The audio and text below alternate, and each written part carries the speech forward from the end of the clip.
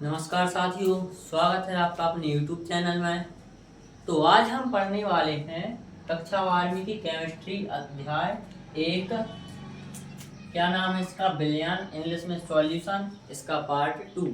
Part 1 हम पहले पढ़ चुके हैं। तो इसमें हम पढ़ने वाले हैं विलयन की सांद्रता व्यक्त करने की विधियाँ। पिछले वीडियो में हम विलयन के बारे में पढ़े हैं। विलय विलायक से मिलकर बनता है विलयन। तो अब हम विलयन की सांद्रण की विधियां होती हैं जो जिसमें विलयन को व्यक्त किया जाता है उसे मतलब पढ़ने वाले हैं। विलयन गाढ़ा है, पतला है या और भी ज़्यादा गाढ़ा है, तो ये होती हैं विलयन की सांद्रता व्यक्त करने की विधियां। तो आइए पढ़ते हैं। 4 विधियां होती हैं। पहली मूलरता, मोललता, नॉर्मलता, फॉर्मलता। शुरू करते हैं। पहली विधि हमारी क्या है? मूलरता।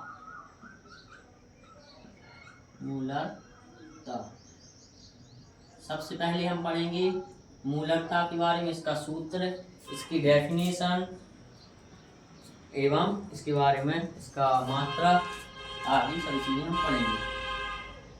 इसके बाद पढ़ेंगे मूललता। तो इसकी परिभाषा क्या होती है? 1000 मिलीलीटर या इसे बोल सकते हैं 1 लीटर विलयन में उपस्थित, या दोस्तों विलयन में उपस्थित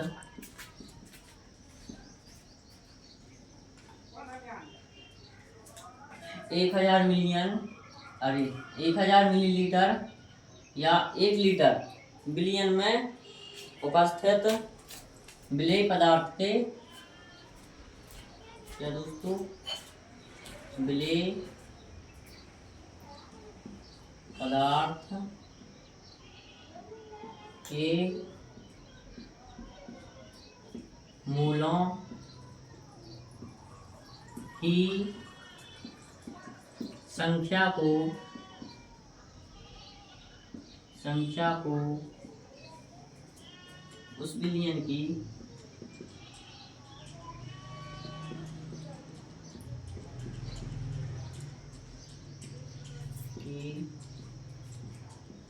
मूलरता कहते हैं।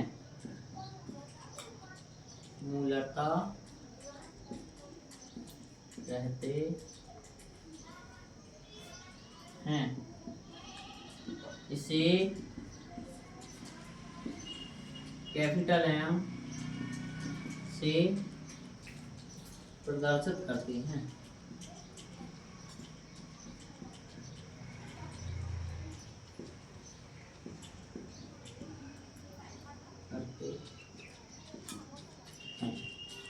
किस चीज से प्रदर्शित करते हैं दोस्तों? से कैपिटल M से। चलिए इसे एक बार और रिवाइज करते हैं। 1000 मिलीलीटर या 1 लीटर विलयन में उपस्थित विलेय पदार्थ के मोलों की संख्या को उस विलयन की मूलरता कहते हैं। क्या दोस्तों? 1000 मिलीलीटर यानी कि 1000 मिलीलीटर यानी कि 1 लीटर विलयन में विलेय पदार्थ की मोलों की संख्या होगी जो उसे हम क्या कहेंगे? विलयन की मूलरता। विलयन की मूलरता कहेंगे। इसे कैपिटल M से दर्शाते हैं। इसका सूत्र क्या हो जाएगा? M बराबर क्या हो जाएगा दोस्तों? इसका सूत्र M बराबर WV अपॉन में MB इंटू में 1000 अपॉन में VM। अब ये क्या है? इसका सूत्र जानते हैं।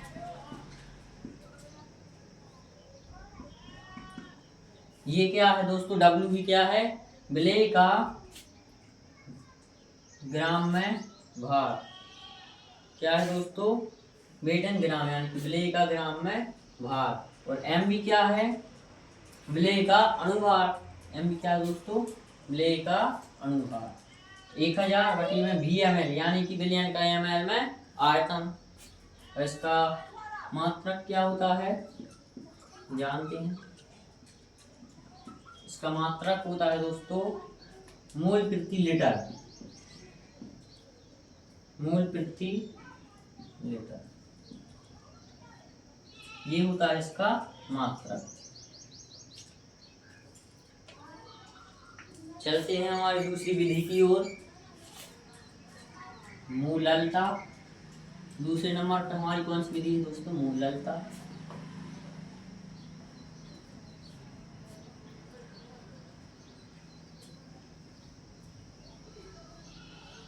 अब हम जानेंगे मूललता के बारे में कि मूललता क्या होती है।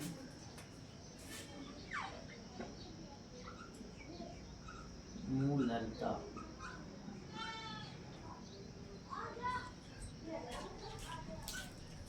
अब हम करेंगे मूललता को डिफाइन, इसकी डेफिनेशन पढ़ेंगे और इसका सूत्र मात्रक पढ़ेंगे। इसका क्या होता है 1000 ग्राम या 1 किलोग्राम, 1000 ग्राम या 1 किलोग्राम विलायक में उपस्थित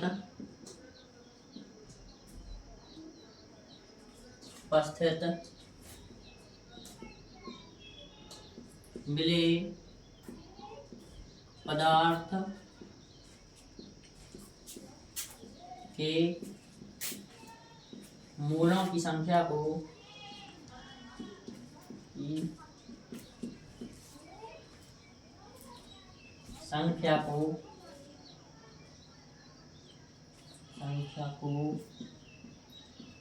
उस बिलियन की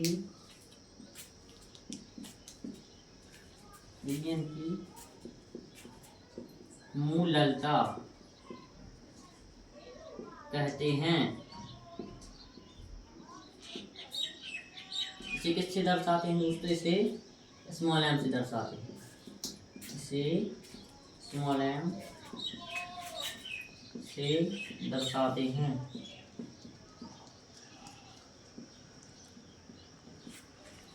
एक बार फिर से रिवाइज करेंगे। 1000 ग्राम या 1 किलोग्राम विलायक में उपस्थित, यहाँ हम विलयन नहीं लेंगे, यहाँ सिर्फ विलायक लेंगे, जिसमें कि विलेय को घोला जाता है। जैसे कि जल हो जाए तो विलेय, शक्कर हो जाएगी विलेय, जल हो जाएगा विलायक, शक्कर हो जाएगी विलेय, दोनों से मिलकर क्या बनेगा विलयन। तो इसमें हम विलायक को लेते हैं, विलायक की उपस्थिति लेते हैं। यहाँ पर 1000 ग्राम या 1 किलोग्राम विलायक में उपस्थित विलेय पदार्थ के मोलों की संख्या को उस विलयन की मूललता कहते हैं। इसे क्या बोलते हैं, मूललता कहते हैं। इसे किससे दर्शाते हैं, हम स्मॉल एम से दर्शाते हैं। अब इसका सूत्र लिखेंगे, स्मॉल एम बराबर सूत्र क्या होता है,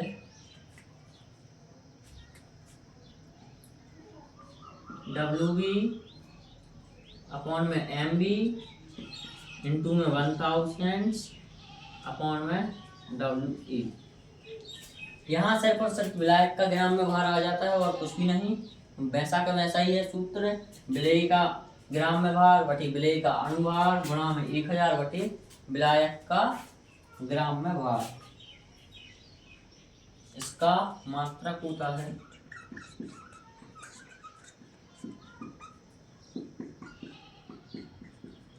मात्रक क्या होता है दोस्तों, इसका मोल प्रति ग्राम या किलोग्राम विलायक।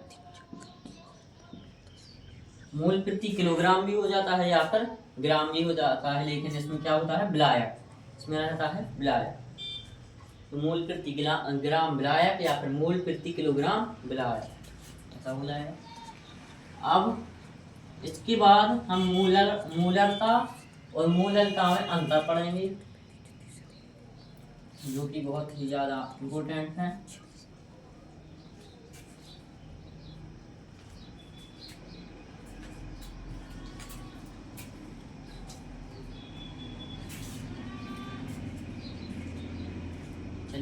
इनमें अंतर क्या क्या क्या अंतर होंगे?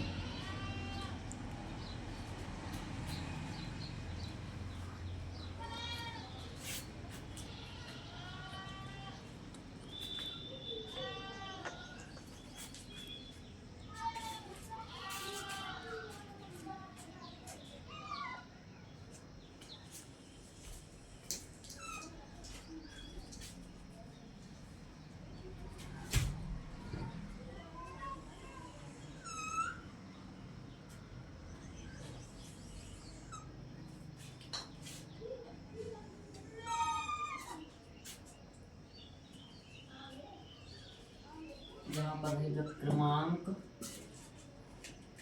यहाँ पर क्या है मूलता, यानी कि m, यहाँ पर क्रमांक, यहाँ पर मूलता यानी कि इसमें इनके बारे में हम पढ़ने वाले हैं अंतर। चलिए पढ़ते हैं। पहला अंतर क्या है? पहला अंतर तो आपको परिभाषा से ही मिल जाएगा।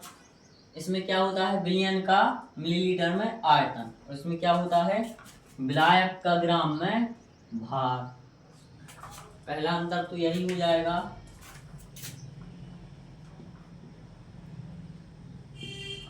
इसमें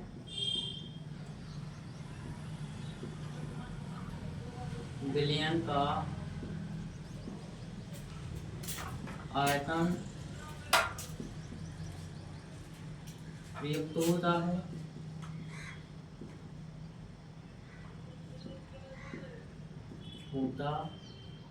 है, तो इसमें क्या हो जाएगा, इसमें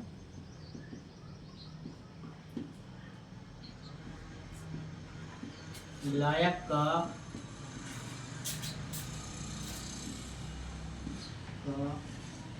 भार प्रयुक्त होता है। क्या होता है दोस्तों? भार प्रयुक्त होता है। अब चलते हैं इसके दूसरे अंतर पर। दूसरा अंतर है क्या रहेगा, वो भी परिभाषा में है।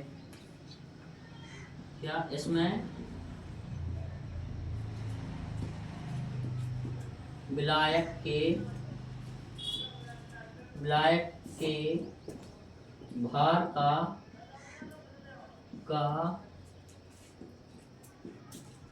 कोई महत्व नहीं होता। इसमें विलायक के भार का कोई महत्व नहीं होता, बल्कि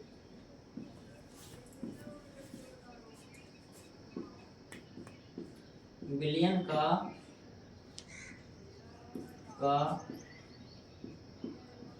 आयतन 1 लीटर होना आवश्यक होता है।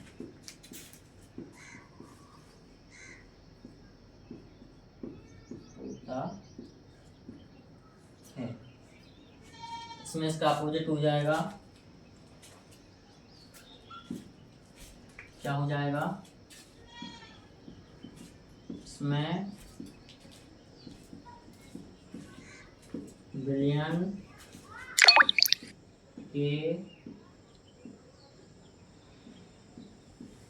आयतन का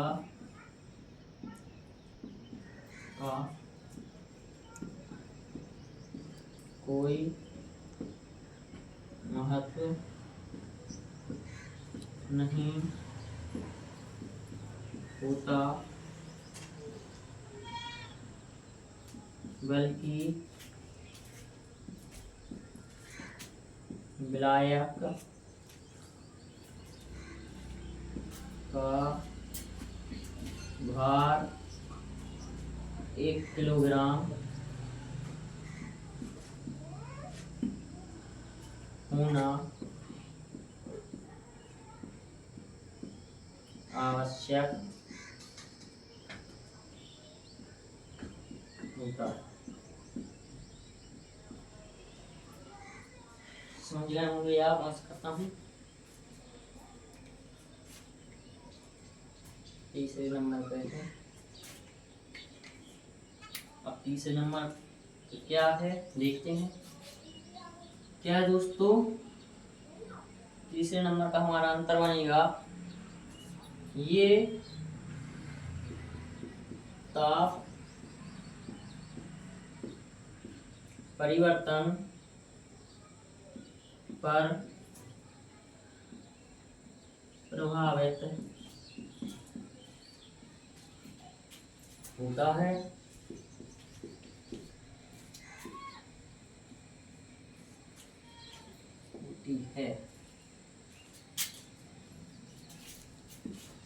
ये ताप प्रभावित ताप परिवर्तन पर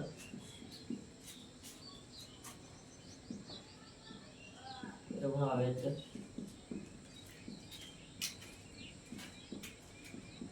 नहीं होती है दोस्तों। ये ताप परिवर्तन पर प्रभावित होती है, यानी कि ये जो मूलरता है विलयन की, यदि ताप परिवर्तन होगा तो इसमें भी कुछ ना कुछ परिवर्तन होगा, और ये ताप परिवर्तन पर प्रभावित नहीं होती, यानी कि ताप परिवर्तन होता रहे कुछ भी होता रहे इसको कोई फर्क नहीं पड़ता। अब चौथा और अंतिम, ये भी हमारा चौथा वाला भी हमारा परिभाषा में ही था मात्रक। क्या है, इसे मोल प्रति लीटर में व्यक्त करते हैं। क्या दोस्तों, इसे मोल प्रति लीटर में व्यक्त करते हैं, क्योंकि इसका जो मात्रक होता है मोल प्रति लीटर होता है, और इसमें क्या हो जाएगा चौथा और अंत में इसमें क्या हो जाएगा, इसे मोल प्रति ग्राम में व्यक्त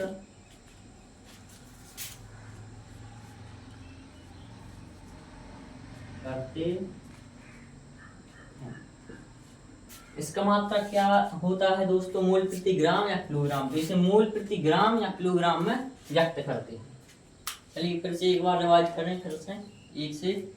मूलरता में क्या है, पहला इसमें विलयन का आयतन प्रयुक्त होता है, यानी कि इसमें विलयन का आयतन लिया जाता है। मूलरता में इसमें विलायक का भार प्रयुक्त होता है, यानी कि इसमें विलायक का भार लिया जाता है। दूसरे नंबर, इसमें विलायक के भार का कोई महत्व नहीं होता, बल्कि विलयन का आयतन 1 लीटर होना आवश्यक होता है।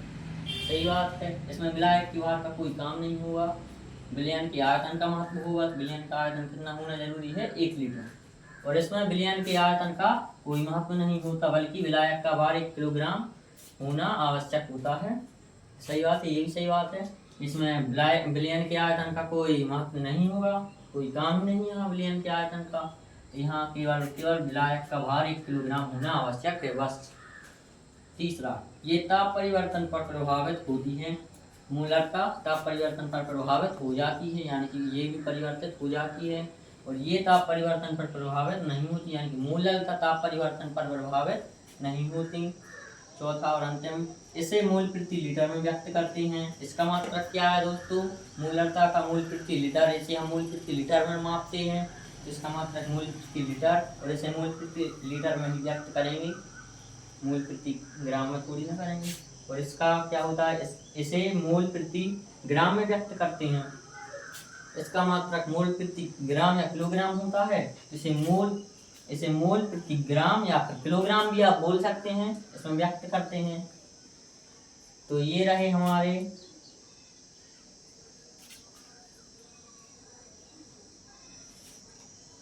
विलयन की सांद्रता मापने की विधियों में अंतर। हमने 2 विधियां पढ़ ली हैं। विलयन की सांद्रता मापने वाली मूलरता उनमें अंतर लिख लिए हैं। अब अगले पार्ट में हम पढ़ेंगे नॉर्मलता, फॉर्मलता, द्रव्यमान प्रतिशत, आयतन प्रतिशत, बाकी बचे हुए हैं जो उनके बारे में हम पढ़ने वाले हैं। तो वीडियो पसंद आए तो लाइक करें, शेयर करें और हमारे चैनल को सब्सक्राइब जरूर करें। मिलते हैं अगले वीडियो में, तब तक के लिए जय हिंद, जय भारत, नमस्कार।